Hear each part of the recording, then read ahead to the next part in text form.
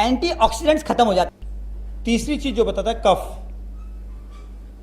इस कफ का मुख्य स्थान जो है हमारा पेट है।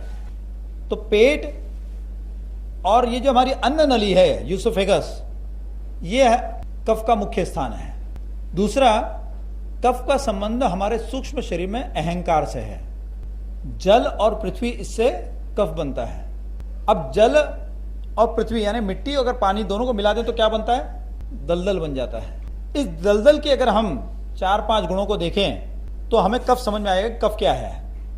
पहली चीज है कि दलदल में भी ठंडक है। केवल यही गुण है जो वात में और कफ में मिलता है। बाकी वात और कफ दोनों एक दूसरे के एकदम विरुद्ध है। दूसरा, कफ के अंदर चिकनाई है। आप दलदल पर पैर रखेंगे तो फिसल जाएंगे। तीसरा, कफ के अंदर चिपचिपापन है, दलदल तुरंत चिपक जाता है। चौथा, दलदल जो है यह भारी है। वात के अंदर कोई वजन नहीं होता है, पित्त के अंदर अग्नि है, अग्नि में भी कोई वजन नहीं है, लेकिन जल और पृथ्वी के अंदर वजन है, इसलिए कफ में भारीपन है। जब शरीर में भारीपन लगने लगता है तो समझना चाहिए कि शरीर में कफ बढ़ रहा है। जब हमारा हाथ ऐसे चिपचिपा होता है, जैसे छोटे बच्चों का कैसा होता है, चिपचिपा हाथ होता है, उनके अंदर छोटे बच्चों में कफ की मात्रा ज्यादा होती है। और दलदल का 5वां लक्षण है उसकी गति बहुत धीमी होती है। दलदल अपने आप से तो खिसकता नहीं, अगर कोई ढाल मिल जाए तो धीरे धीरे धीरे धीरे खिसकता है। अब वात में क्या होता है? वात में गति है, लेकिन कफ के अंदर गति बहुत ही धीमी है। वो भी कोई वात अगर खींचे या कुछ हो तो दलदल धीरे धीरे खिसकता है। तो जिनके अंदर ये गुण दिखाई देते हैं, यानी समझना चाहिए कि भाई ये शरीर में अब कफ बढ़ रहा है। अब कफ के कारण क्या होता है? तो आयुर्वेद कहता है कि जिनके शरीर में कफ की प्रधानता है वो सबसे कम बीमार पड़ते हैं। कफ के लोगों का दिमाग भी ठंडा होता है, जल्दी गुस्सा नहीं आता। वात वालों का थोड़ा चंचल होता है, फट से गुस्सा आ जाता है, फट से ठंडा हो जाता है। पित्त वालों का क्या स्थिति है? पित्त वालों का गुस्सा लंबे समय तक टिकता है, लेकिन कफ वालों को गुस्सा आता ही नहीं है। कफ वालों की ऐसी स्थिति है कि अगर किसी कफ वाले को चिढ़ाना हो तो जो चिढ़ाने वाला है वो खुद चिढ़ जाता है, उसको गुस्सा नहीं आता है। और कफ की सबसे बड़ी बीमारी क्या है? मोटापा।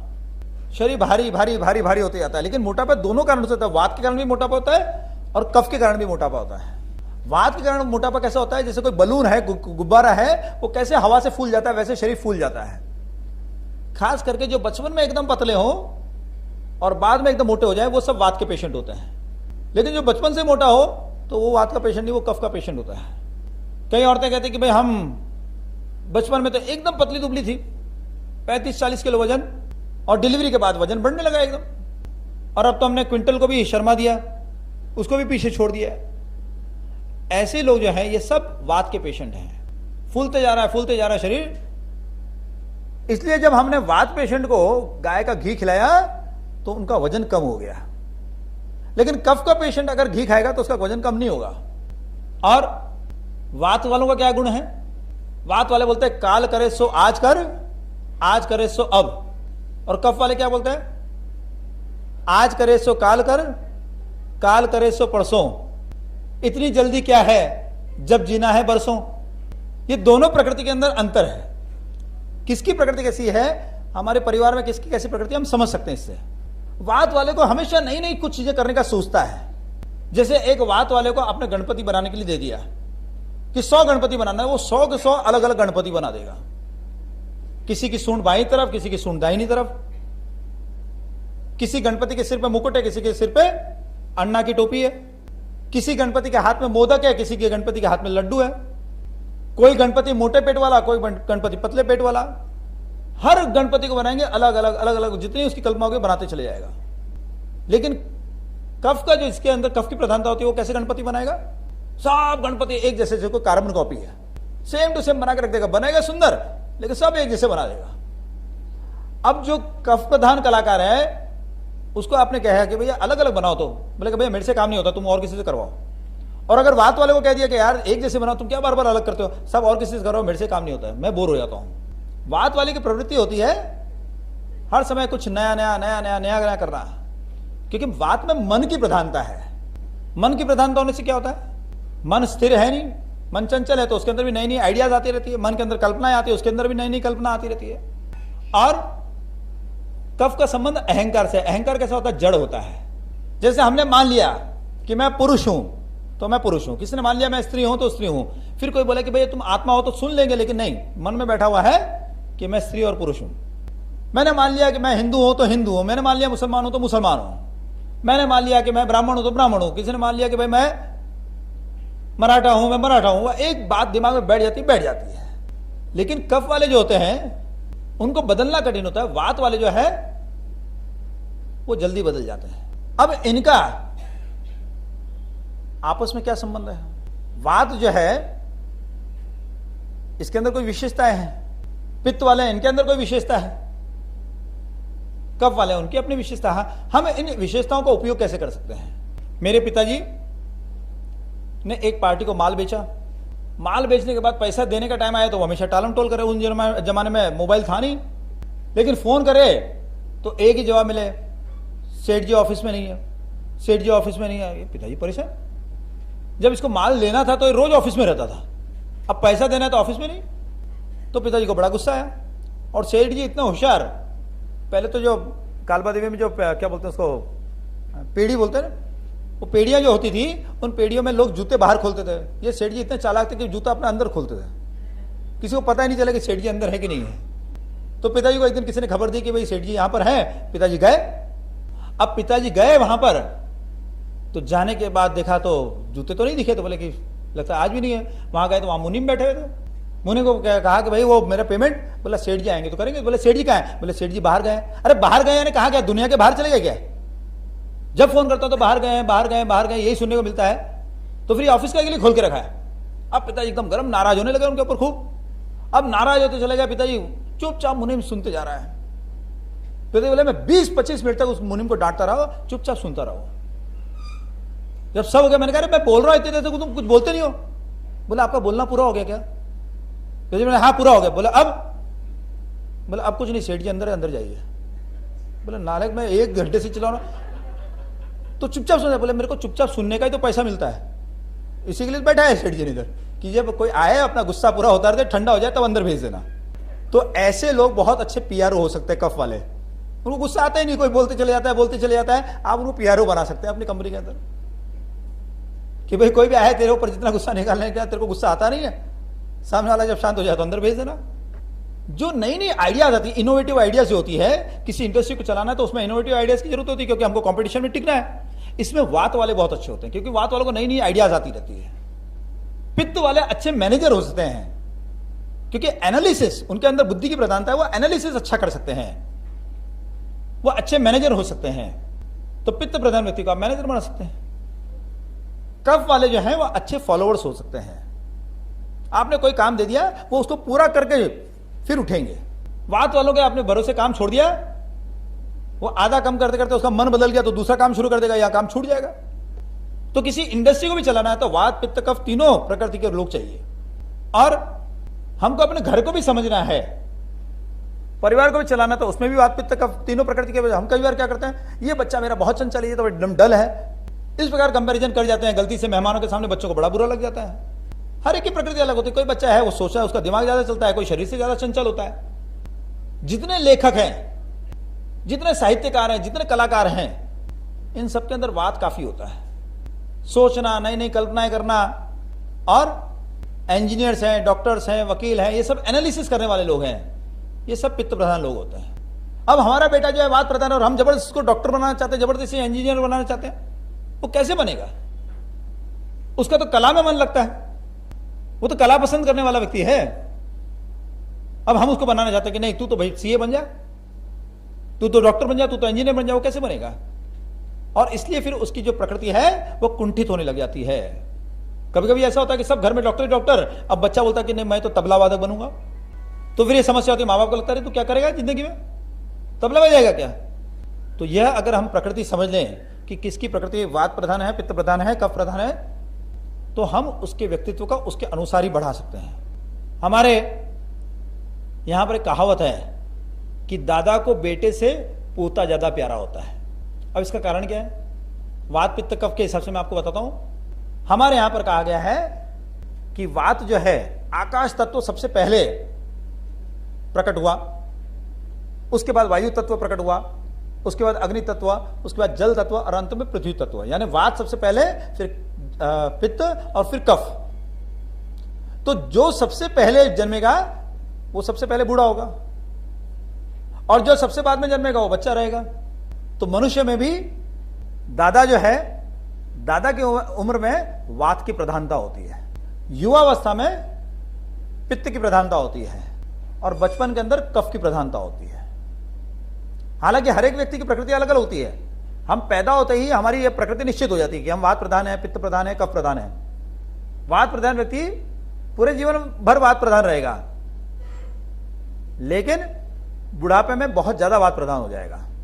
पित्त प्रधान व्यक्ति जीवन भर पित्त प्रधान रहेगा, लेकिन युवावस्था में बहुत ज्यादा पित्त प्रधान हो जाएगा। तो इसलिए हमारे सबके शरीर में बचपन में कफ ज्यादा रहता है और बुढ़ापे में वात बढ़ता जाता है। इसलिए वात की बीमारियां बुढ़ापे में ज्यादा आती है। अब दादाजी का क्या होता है? दादाजी बड़ी उम्र के हैं, शरीर में वात बढ़ा है। वात का क्या गुण है? रूखापन। तो दादाजी का मन थोड़ा रूखा हो जाता है। अब उनको किस चीज की आवश्यकता है? स्नेह की आवश्यकता है। और कफ का गुण क्या है? चिकनाई, स्नेह। तो बच्चों के अंदर स्नेह ज्यादा होता है, इसलिए दादा और बच्चे की जोड़ी अच्छी जमती है। अब दादाजी को क्या हो गया? पैर में दर्द हो रहा है। अब बेटे को बोलते हैं, बेटा पैर बहुत दुख रहे हैं। तो बेटा तुरंत क्या बोलता है? अरे पूरे दिन भटकते रहते हो बिना मतलब के, पैर दुखेगा नहीं तो थोड़ा घर में आराम से बैठा करो। अब उम्र है क्या भटकते रहने की?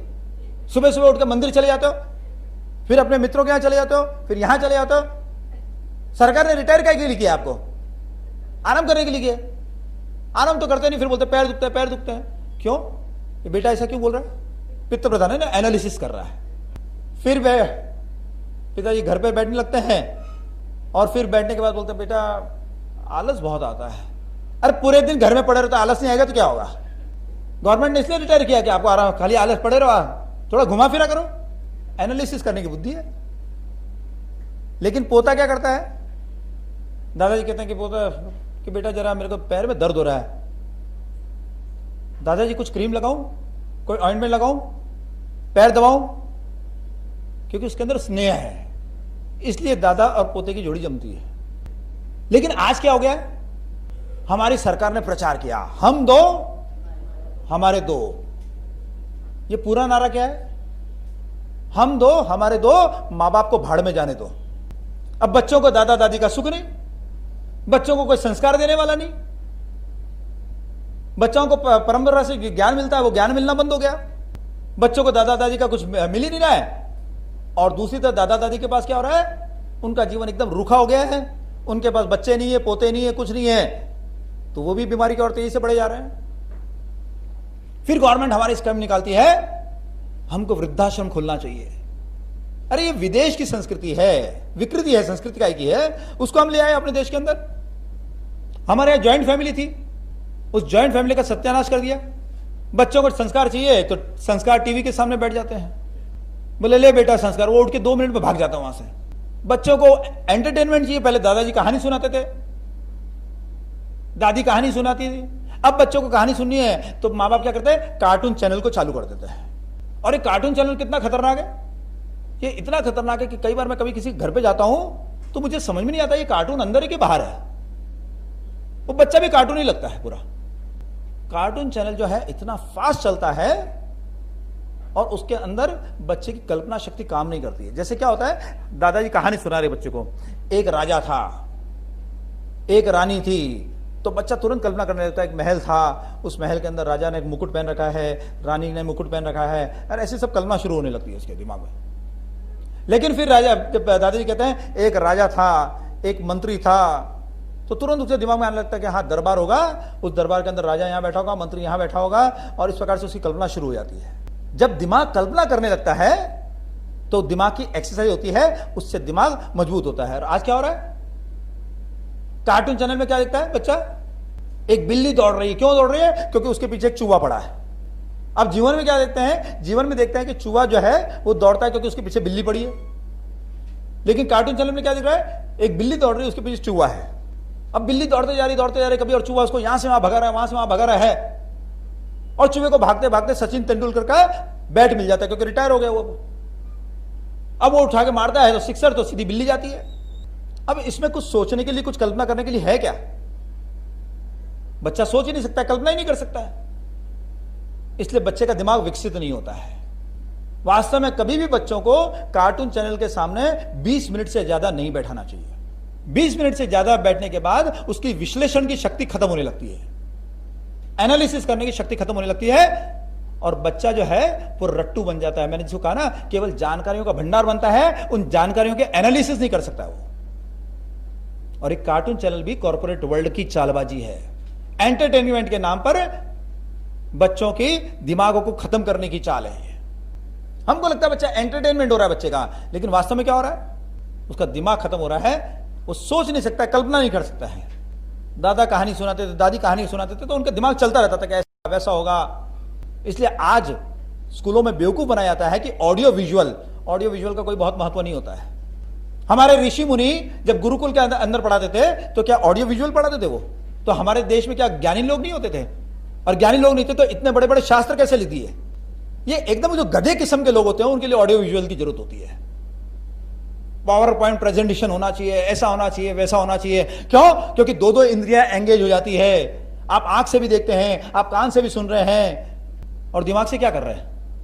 इसलिए दिमाग की जरूरत होती है। आपका दिमाग, आप चाहे एक इंद्रिय से करो, लेकिन आपका दिमाग एक्टिव होना चाहिए जब भी आप कुछ कर रहे हो। हमारे ऋषि मुनि तो ऐसे ग्रंथ लिख के चले गए जिनको आज हम पढ़ते हैं तो हमारी समझ में नहीं आता है। अब बच्चा कफ प्रधान है। कफ की विशेषता क्या होती है? कफ की विशेषता यह, कफ के अंदर संग्रह करने की शक्ति है। जैसे वात जो है कल्पना करने में बहुत अच्छा है, पित्त विश्लेषण करने में अच्छा है, कफ की विशेषता है कि कफ संग्रह करता है।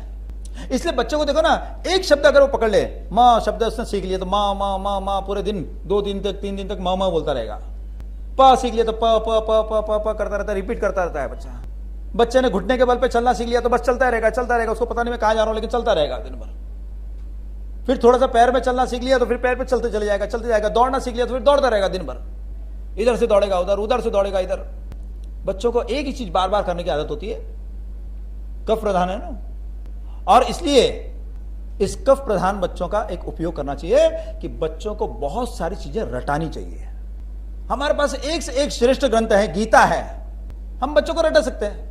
रामचरितमानस की चौपाइयां रटा सकते हैं, पंचतंत्र की कहानियां रटा सकते हैं, हितोपदेश की कहानियां रटा सकते हैं, बहुत सारी चीजें बच्चे रट सकते हैं। उस समय वो विश्लेषण नहीं कर पाएंगे उनका, लेकिन उनके अंदर स्टोरेज तो बढ़ जाएगा, काफी बहुत बड़ा उनका भंडार तो हो जाएगा।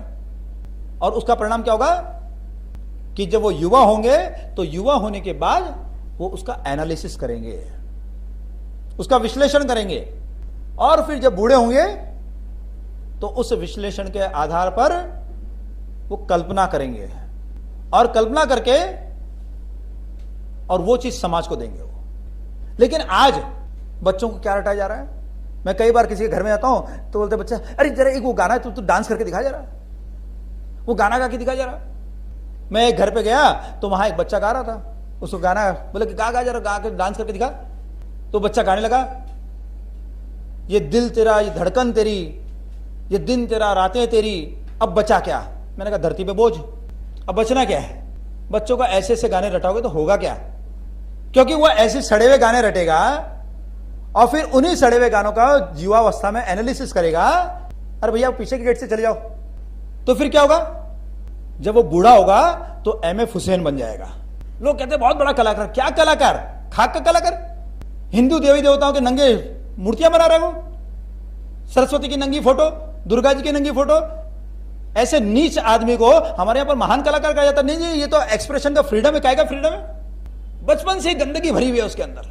ये गंदगी जो है इसी का वो एनालिसिस करता है तो भी गंदगी फैलाता है, और बुढ़ापे के अंदर और ज्यादा गंदगी फैलाता है। इसलिए बच्चों को खूब रटाइए। हमारे यहां पर क्या कहते हैं? बच्चों को समझाइए। क्या खाक समझेगा बच्चा? आप गीता, मेरे को तो अभी तक समझ में नहीं आई है, बच्चों को क्या समझ में आ जाएगी? लेकिन बचपन में जो श्लोक रटे हैं वो अब हम उसका एनालिसिस करते हैं तो हमारे को जीवन को मार्गदर्शन मिल रहा है। अब पश्चिम में कुछ है नहीं उनके पास रटाने के लिए, बेचारों के पास, तो कहते समझाइए। हमारे पास तो बहुत बड़ा, कितनी बड़ी संस्कृति है हमारी। रटने की कैपेसिटी खूब है, खूब रट लेंगे, फिर जैसे जैसे उनका उम्र आएगी, जैसे जैसे अपने संस्कार देंगे उनको रटाने के साथ साथ, तो वो उसका एनालिसिस कर पाएंगे और बुढ़ापे में उसका विश्लेषण कर पाएंगे। अब हमारे यहां पर और समझना है इसको, वात पित्त कफ को, तो और सरल है।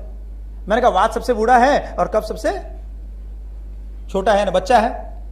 हम जब सांस लेते हैं तो सांस उस समय बच्ची होती है, इसलिए नाक में और सांस की नली जो है यहां कफ की प्रधानता होती है।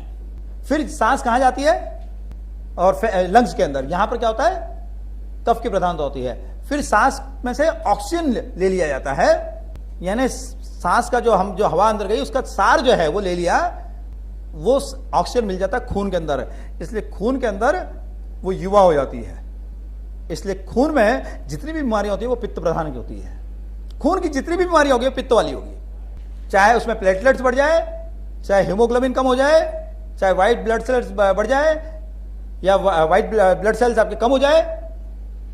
ब्लड से रिलेटेड जो भी बीमारियां हैं, फोड़े, फुंसी, पाइल्स, ब्लीडिंग, ये सब के सब जो है यह पित्त की बीमारियां हैं। और अंत में वो खून कहां पहुंचता है, वह हमारे हार्ट में पहुंचता है। इसलिए हार्ट के अंदर वहां जाके ब्लॉकेजेस होने के चांसेस ज्यादा रहते हैं, वहां जाके वो कफ के रूप में जमने लगता है। आप भोजन करते हैं तो भोजन जब पेट में जाता है तो पेट में कफ की प्रधानता होती है। फिर वहां जाने के बाद भोजन हमारे स्मॉल इंटेस्टाइन में जाता है, छोटी आंतों में जाता है। छोटी आंतों में उसका रस अलग खींच लिया जाता है, यानी भोजन का पूरा पाचन हो जाता है। इसलिए वहां भोजन जो हमारा जवान हो जाता है, वहां पित्त की प्रधानता होती है। और फिर भोजन जो है बड़ी आंत में जाता है, वहां उसका शोषण हो जाता है और पीछे मल बनने लगता है। इसलिए वहां पर जो बड़ी आंत है वहां पर वात की प्रधानता होती है। सुबह दिन जो है वो बच्चा रहता है, इसलिए सुबह के समय जो बीमारी आती है वो कफ की होती है। दोपहर के समय दिन जवान हो जाता है, इसलिए दोपहर को जो है पित्त की प्रधानता होती है। और शाम को दिन बूढ़ा हो जाता है, इसलिए शाम को वात की बीमारियां बढ़ती है। उसके बाद रात जैसे ही शुरू होती है कफ की प्रधानता होती है। उस समय आधी रात को रात जवान हो जाती है, इसलिए आधी रात को अगर कोई किसी को समस्या हो, किसी को सपना आए, डर लगे, किसी की नींद अचानक खुल जाए, दर्द होने लगे, आधी रात को अगर कोई समस्या होती है तो पित्त की समस्या होती है। और जब रात खत्म होने लगती है, यानी रात बूढ़ी होने लगती है, तब वात की प्रधानता होती है। और इसीलिए सुबह के समय 4-5 बजे के आसपास सबसे ज्यादा हार्ट अटैक आते हैं। हार्ट अटैक वात की बीमारी है और सुबह के समय वात की प्रधानता होती है। हार्ट के अंदर भी लगातार गति होती है, इसलिए हार्ट भी वात का अंग है। अब सब वात मिल गया और हमने वात को कंट्रोल नहीं किया तो उसका परिणाम क्या होता है कि हार्ट अटैक आता है। इसलिए मैंने जब डॉक्टरों को पूछा कि भाई सुबह सुबह हार्ट अटैक क्यों आते हैं, तो वो कुछ बोल नहीं पाए। अगर हम वात पित्त कफ को समझते हैं तो हम इसका उत्तर दे सकते हैं कि सुबह हार्ट अटैक क्यों आते हैं।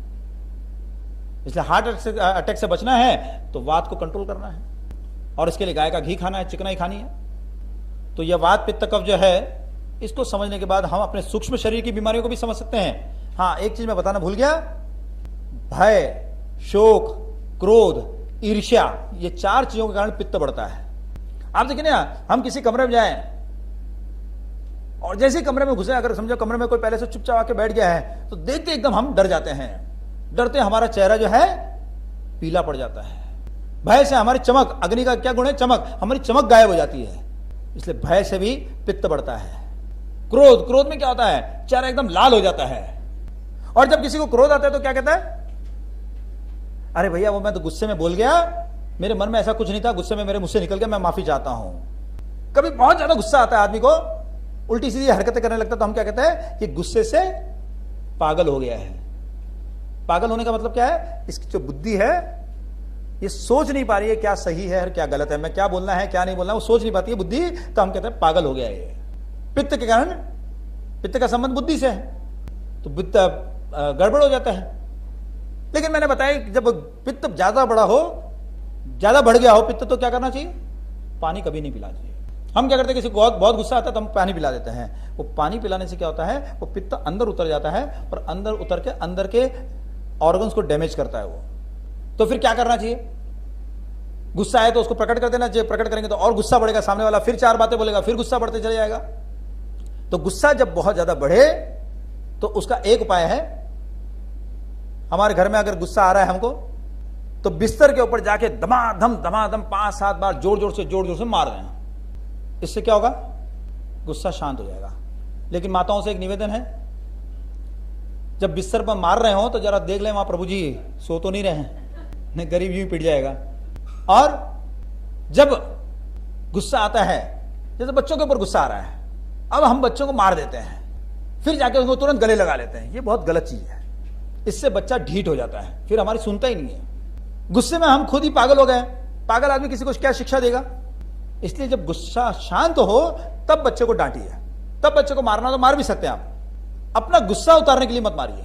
गुस्सा उतारने के लिए एक और तरीका है, जब आपको बहुत ज्यादा गुस्सा है तो अपनी मुट्ठियों को एकदम कस लीजिए, अपने पैरों को एकदम कस लीजिए, कसते जाइए, इतना कस लीजिए, फिर एकदम उनको ढीला छोड़ दीजिए। जैसे ही ढीला छोड़ेंगे, हमारी जो एनर्जी है, एक्स्ट्रा एनर्जी जो गुस्से के रूप में आई थी, वो अर्थिन हो जाएगी। और एक गुस्से को कम करने का तरीका है, एक बॉस है तो वो अपने स्टाफ को एक को बहुत डांटते थे, तो गधा है, तो बेवकूफ, तेरे को अक्ल नहीं है, ये नहीं, और उसको इतना गुस्सा आता था कि सबके सामने इंसल्ट करते, मन ऐसा करता था कि बॉस को एक उठा के मारूं। करे क्या? मारूंगा तो नौकरी चली जाएगी। लेकिन करे क्या? तो उनको मैंने एक उपाय बताया। मैंने कहा आप एक काम करो कि बॉस की तस्वीर अपने घर पे लाके टांग लो। बोला मैं उसको ऑफिस में सहन नहीं कर सकता, आप बोलते घर पे लाके टांग लो। मैंने कहा नहीं, किस लिए टांगना वो बताता हूं। रोज सुबह ऑफिस जाने के पहले उस जो फोटो है ना, उस पर 5 जूते मार के फिर जाना ऑफिस। बोला हाँ ये बहुत अच्छी बात है, मेरा स्टाफ भी यहां बैठा है, भाई तुम लोग मत करना ऐसा, मैं फोटो दूंगा भी नहीं, चिंता मत करो। तो वो बोले कि हाँ ये उपाय ठीक है। बोला मेरे को तो सच में इच्छा होती है, 5 जूते मार के जाऊंगा। अब बॉस से कहा सर मेरे को आपकी फोटो चाहिए। बोले क्यों? नहीं सर आपकी फोटो देखूंगा तो मुझे उससे प्रेरणा मिलेगी, मैं बहुत गलतियां करता हूं, मैं बेवकूफ हूं, मैं आपकी फोटो देखूंगा तो उससे मुझे प्रेरणा मिलेगी, तो घर में आपकी फोटो लगाना चाहता हूं। बॉस बड़ा खुश हो गया, कर क्या बात, मैं तो इसको इतनी गाली देता हूं, ये मेरा इससे प्रेरणा इसको मिलती है। बड़ा खुश हो गया, उसको फोटो दे दी, उसने जाके घर पे लगा ली अपने। अब दूसरे दिन जब बॉस डांटने लगे उसको, बड़ा अंदर ही अंदर खुश कर रहे, जूते मार के आया हूं 5, तू क्या मेरे ऊपर गुस्सा कर रहा है, तेरे तो ऐसी की तैसी करके आया मैं। अब बॉस देख रहा है कि अरे मैं इसको आज डांट रहा हूं लेकिन ये इसके ऊपर कोई असर नहीं हो रहा है, चलो अच्छी बात है, नहीं तो हमेशा मेरे को इसके चेहरे से मालूम पड़ता है कि गुस्सा कर रहा है, आज गुस्सा नहीं किया, चलो अच्छी बात है, इसको मेरी फोटो से इंस्पिरेशन मिल रहा है।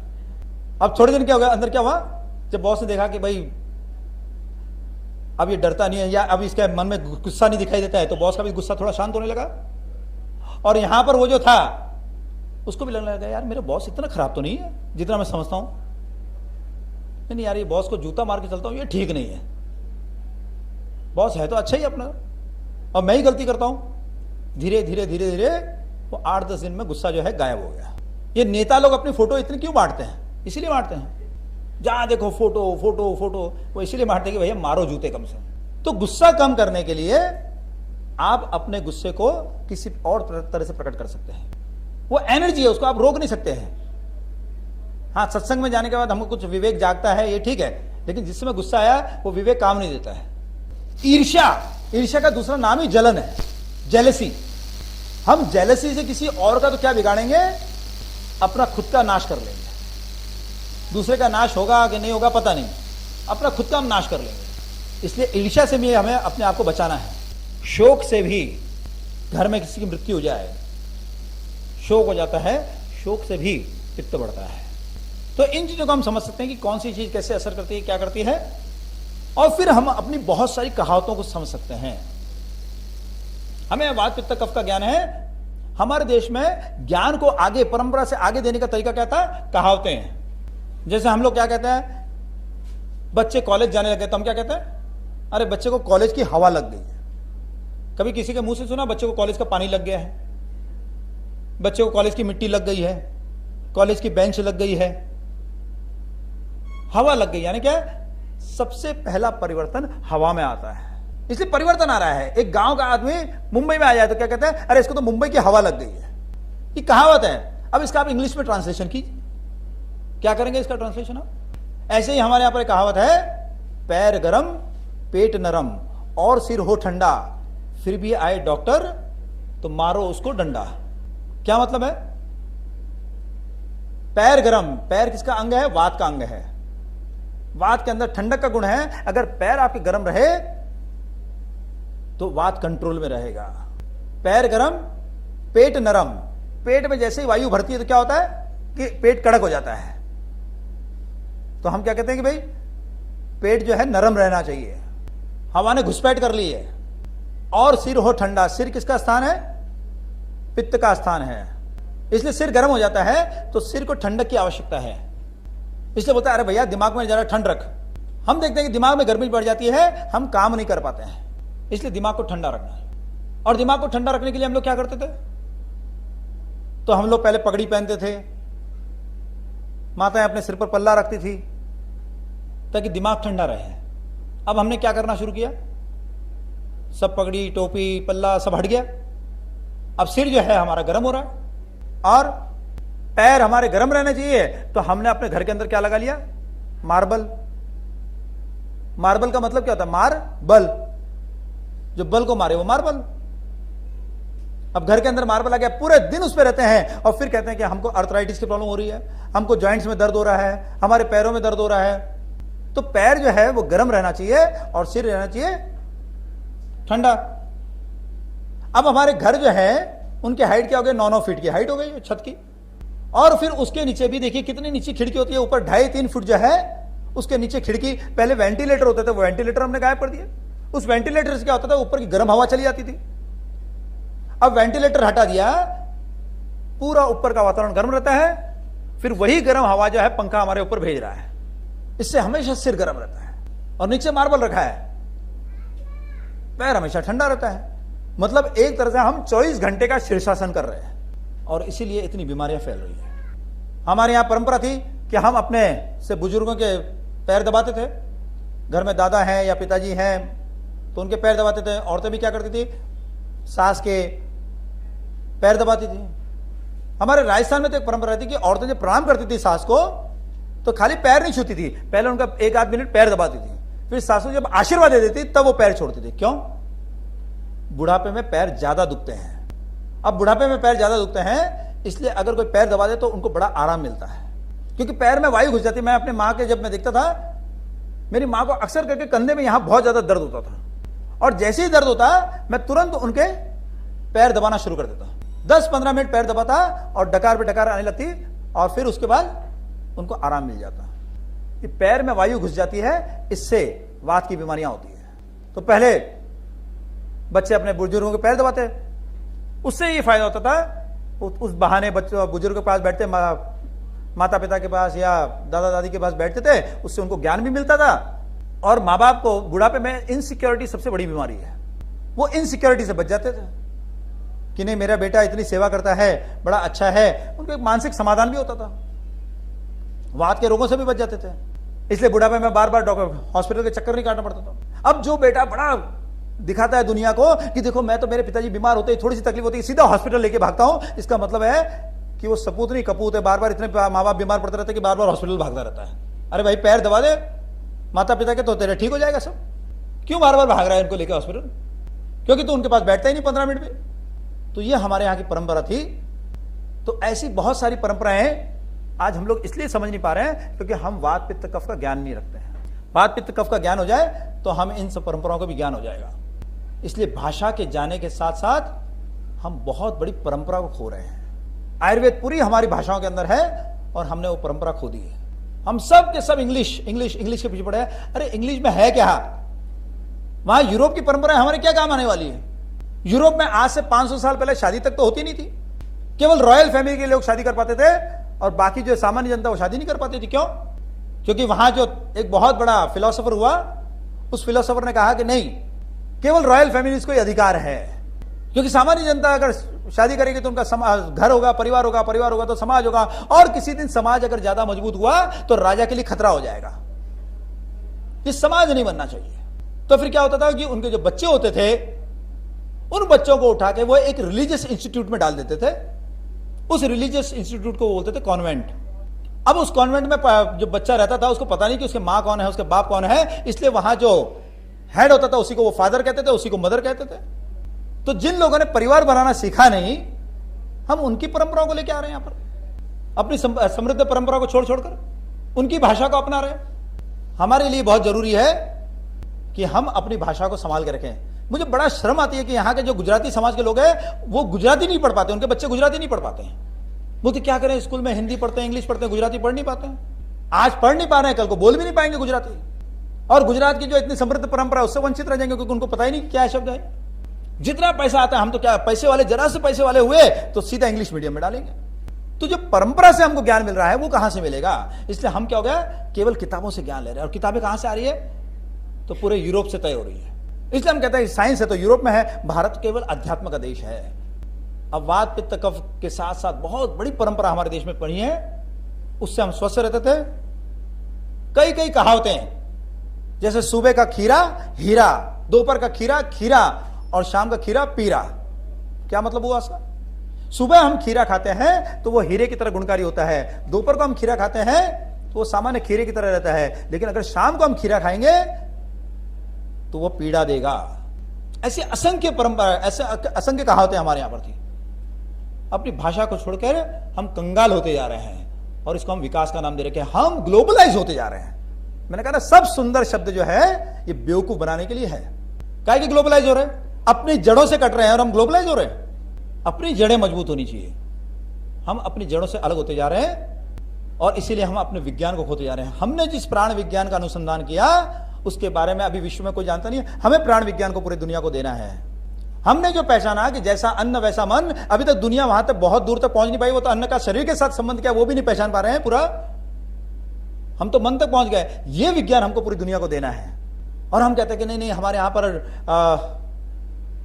इसका क्या होना चाहिए, डॉक्यूमेंटेशन होना चाहिए, इसका ये होना चाहिए, उसका वो होना चाहिए। वो बोलते जैसे वो बोलते हम वो भी भाषा बोलने लग गए।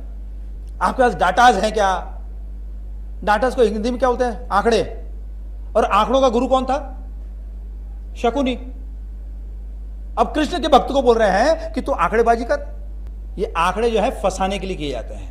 हमारी अपनी प्रज्ञा जागृत हो तो हमें आंकड़ों की जरूरत नहीं पड़ती है। कॉमन सेंस जिसको कहते हैं, उस कॉमन सेंस से हम बहुत सारी बीमारियों से बच सकते हैं। तो चलिए, मैंने बहुत सारी बीमारियों के बारे में आपको बताया। ये विषय यहीं समाप्त होता है। मुझे एक चिट मिली है कि हॉल को जल्दी खाली करना है, तो कुछ प्रश्नों का मैं उत्तर देता हूं। पहला प्रश्न आया कि पानी बैठ कर